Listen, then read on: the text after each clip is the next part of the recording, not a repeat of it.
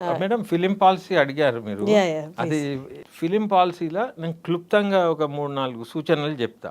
తర్వాత అది విధానపరమైన నిర్ణయాలకు డీప్‌గా వెళ్ళడం ఉంటది కాబట్టి ఆ సమయం సరిపోదు. అయితే నేనేమంటున్నా అంటే ఫస్ట్ ఒక ఫిలిం ఇన్స్టిట్యూట్ పెట్టాలి. అప్పుడు ఏమవుతుంది, మనం ఫోకస్ అంతా కూడా ఎదిగిన ఇండస్ట్రీని మర్చిపోదాం. అది ఎదిగిపోయింది, వాళ్ళతో పంచాయతీ కూడా లేదు, అక్కడ పక్కన పెడదాం. తెలంగాణ వచ్చింది కాబట్టి ఒక సమాంతర ప్రత్యామ్నాయ సినిమా పాలసీ తేవాలి. సమాంతర అంటే ప్యారలల్.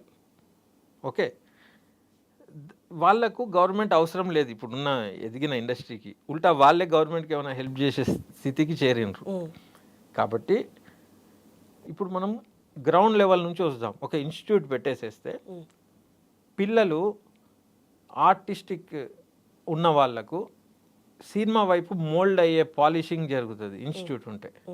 ఆల్రెడీ ఆర్టిస్ట్గా చలామణి అయ్యేటోళ్ళు ఇప్పుడు పెళ్ళిళ్ళ ఫోటోలు గీటోలు బాగా తీస్తుండ్రు, పాటలు కూడా పాడుతుండ్రు స్టేజ్ల మీద. అది అట్లాంటి వాళ్ళకు ఒక స్కిల్ డెవలప్మెంట్ ప్రోగ్రామ్ తీసుకొని సినిమా కెమెరా ముందు ఎట్లుండాలి, రికార్డింగ్ థియేటర్లో ఎట్లుంటాయి అనేటి కొద్దిగా మనం నేర్పించినాం అనుకోండి, స్కిల్ డెవలప్ బ్రహ్మాండంగా తయారవుతారు.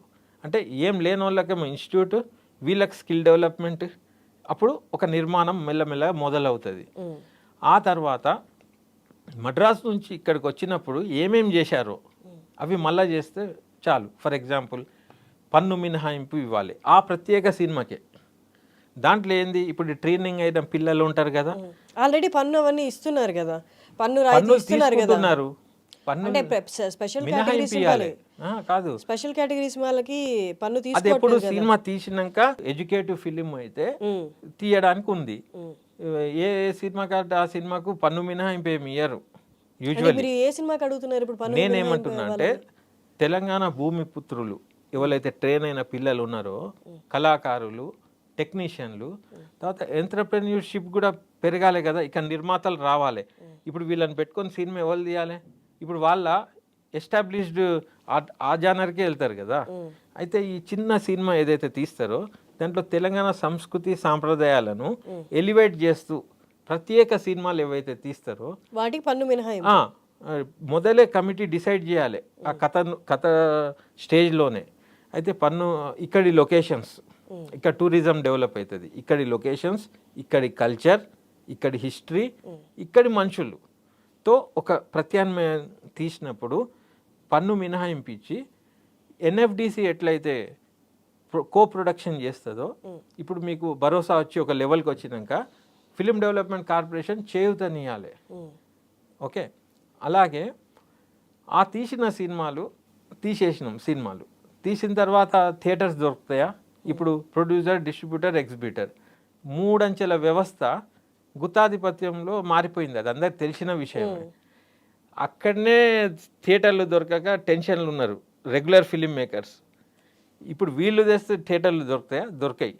కాబట్టి ప్రభుత్వం ఒక నిర్ణయం ఏం తేవాలంటే ఇట్లాంటి సినిమా వచ్చినప్పుడు ప్రభుత్వం దాన్ని కాపాడుకోవడానికి 2 షోలు ఇవ్వాలి. ఆ సినిమా వచ్చినప్పుడే, ఊకే రావు ఆ సినిమాలు.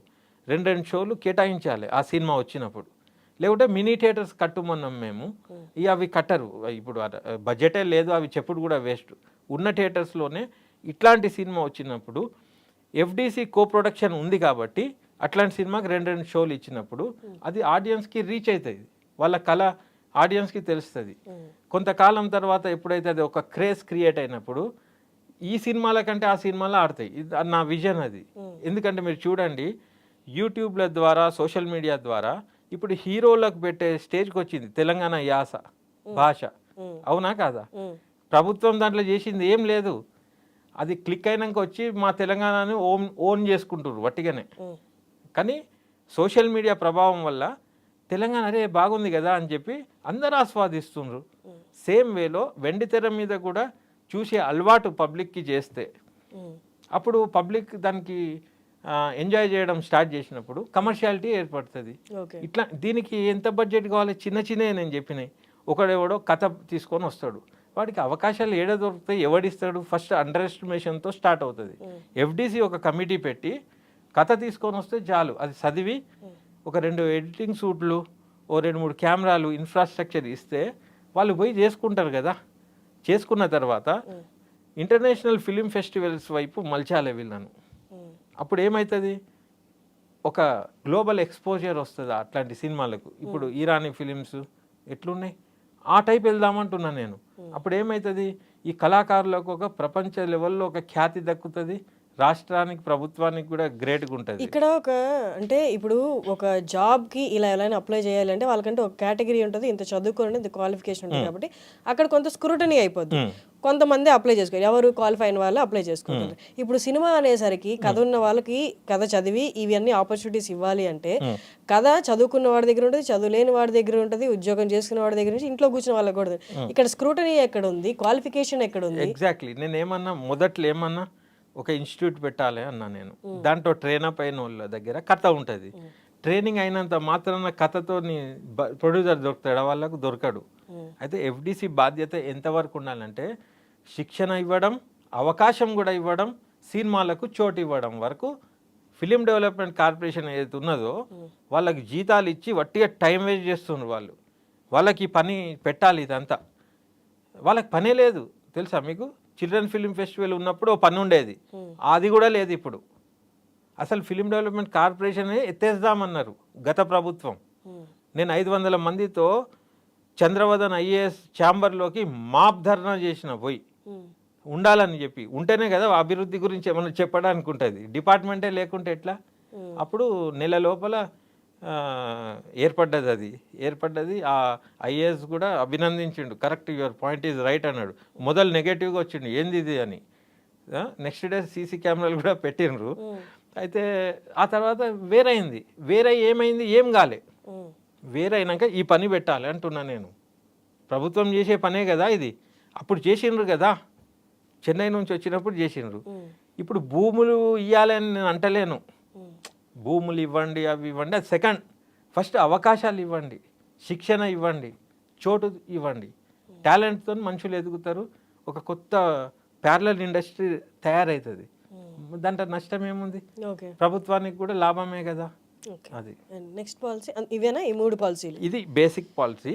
ఒకవేళ గవర్నమెంట్ గనక అరే అప్పటిలాగా ఇప్పుడు చేయాలనుకుంటే వీళ్ళకి వసతి సౌకర్యాలు, భూములు ఎవరెవరికో ఇస్తుండ్రు, ఏమో చేస్తుండ్రు.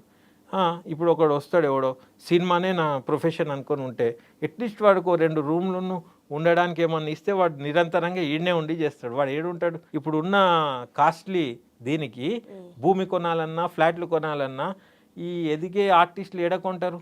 అప్పుడు చిత్రపూర్ ఎట్లా ఇచ్చిండ్రో ఇట్లాంటి ట్రైనింగ్ అయిన వాళ్ళకు వీళ్ళకు ఒక ట్రాక్లు వెళ్తుండ్రు కదా, వాళ్ళకి వసతి సౌకర్యం కల్పించాలి, అది ధర్మం. అది అప్పుడు నీకు ఇండస్ట్రీ ఇంకా ఎదుగుతుంది.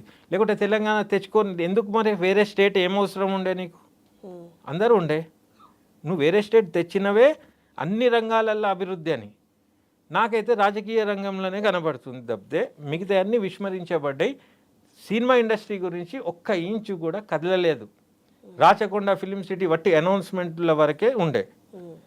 మరి ఏమైంది రాచకొండ ఫిలిం సిటీ? ఏది?